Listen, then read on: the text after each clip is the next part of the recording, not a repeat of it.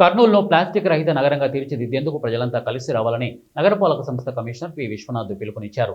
స్వర్ణాంధ్ర స్వచ్ఛాంధ్ర కార్యక్రమంలో భాగంగా నగరపాలక కార్యాలయంలో ప్లాస్టిక్ ప్రత్యామ్నాయ వస్తువుల ప్రదర్శన మరియు ప్లాస్టిక్ వ్యర్థాలకు పునరుత్పాదక వస్తువుల అందజేత కేంద్రాలను కమిషనర్ ప్రారంభించారు. అనంతరం సెల్ఫీ పాయింట్ పరిశీలించి ఉద్యోగులచే కమిషనర్ స్వచ్ఛ ఆంధ్ర ప్రతిజ్ఞ చేయించారు. ఈ సందర్భంగా కమిషనర్ మాట్లాడుతూ నేల కాలుష్యంలో కీలక భూమిక పోషిస్తున్న ప్లాస్టిక్ సంచులు మానవాళికే కాకుండా మూగజీవాల ప్రాణాలకు సైతం ఎన్నో అనర్థాలను తెచ్చిపెడుతోందని, ఇవి పర్యావరణానికి పెను ఎంతో ముప్పని పేర్కొన్నారు. వీటి స్థానంలో ప్రత్యామ్నాయ వస్తువుల వినియోగానికి ప్రజలు అలవాటు చేసుకోవాలని సూచించారు.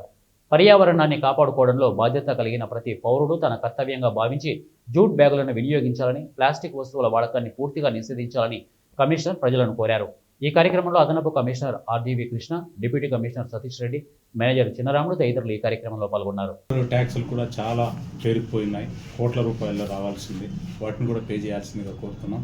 ఈ సందర్భంలో మీకు సౌకర్యాల విషయంగా మీకు అందించడానికి సిబ్బందిని అర్హం వెంటబడుతూ మీ సౌకర్యాలను ఇంప్రూవ్ చేయడానికి, మీకు అందుబాటులో ఉండడానికి నేను మాటిస్తూ మీ సహకారాన్ని మీ డిసిప్లిన్ ద్వారా పన్నులు పే చేయడం ద్వారా నేను కోరుతున్నాను. అదేవిధంగా ఇప్పుడు ఎక్కడ చూసినా శానిటేషన్ బాగుండాలంటే ఈ కన్స్ట్రక్షన్ వేస్ట్ ఎక్కడ చూసినా డంప్ చేస్తున్నారు. మీరు ఎలాగో 500 1000 రూపాయలు ఒక లోడుకి ఇచ్చి చేస్తున్నారు. వాటిని రోడ్లో ఎక్కడ పడితే అక్కడ మీ దగ్గర నుంచి తీసి ఇంకో చోట, ఇంకో దగ్గర తీసి ఇంకో చోట వేస్తున్నారు. అలా కాకుండా ఒక సిస్టమ్ ఈ మధ్యనే స్టాండింగ్ కమిటీలో గౌరవ స్టాండింగ్ కమిటీ అప్రూవల్ తీసుకోవడం జరిగింది. దాని ద్వారా ఏంటంటే మీ నుంచి ఇప్పుడు మీరు పే చేస్తున్నటువంటి 500 రూపాయల ట్రిప్కు మీరు మున్సిపల్ ఆఫీస్కి ఒక కాల్ చేయడం ద్వారా మీ నుంచి 500 రూపాయలు వసూలు చేసి దాన్ని మీకు ఉపయోగపడే లో లయింగ్ ఏరియాస్లో డంప్ చేయటం, అంటే ప్రాపర్గా డంప్ చేయటం.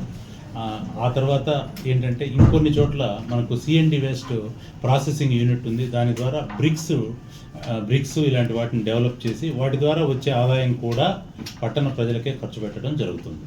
కాబట్టి ఈ సిఎన్డి వేస్ట్ మేనేజ్మెంట్కు మీరు తోడ్పడాల్సిందిగా కోరుతున్నాను. అదేవిధంగా ఈ పశువులు ఎక్కడ చూసినా రోడ్ల మీద వదిలేయటం ద్వారా ఒకటి పిల్లలను గాయపరచవచ్చు, పెద్దలను గాయపరచవచ్చు, ట్రాఫిక్ అంతరాయంగా తయారవుతున్నాయి, నెక్స్ట్ రోడ్లు పాడవుతున్నాయి, నెక్స్ట్ మీ పశువులు కూడా సేఫ్టీ లేకుండా పోతుంది. కాబట్టి వాటికి ఒక సిస్టమ్ ఏంటంటే మీరు వాటిని రోడ్ల మీద వదలొద్దండి. అంతకు వదిలి పట్టణ ప్రజలకు ఇబ్బందికరంగా తయారైనటువంటి పశువులను ఒక చోట, అంటే ఇంతకు పాతకాలంలో బందల దొడ్డి అనేవాళ్ళు, అలా 3 days ఉంచడం జరుగుతుంది. ఆ 3 days లోపల మీరు పెనాల్టీ పే చేసి తీసుకొని వెళ్లాల్సి ఉంటుంది. ఆ పెనాల్టీ పే చేసిన 3 రోజుల తర్వాత రాకపోతే ఆ పెనాల్టీ డబుల్ అవుతూ వస్తుంటుంది. అప్పటికి మించితే గోవులను సగౌరవంగా గోశాలకు తరలించడం జరుగుతుంది. కాబట్టి దీనికి మీరు ఇంత దూరం రాకూడదు, మీ పశువులు మీ దగ్గర ఉండాలా, మన పట్టణ రోడ్లు బాగుండాలా అని అనుకుంటే మీరు చేయాల్సింది ఏంటంటే దయచేసి పశువుల యజమానులు రోడ్ల మీద వదలొద్దండి. దీనికి పట్టణ ప్రజల అసౌకర్యానికి కారణం కావద్దు. దాంతోపాటు ప్రభుత్వం ఎంతో వ్యయ ప్రయాసాలు కూర్చి పేదల కోసం ఉద్దేశించినటువంటి టిట్కో ఇండ్లు మంచి సౌకర్యాలతో కట్టడం జరిగింది.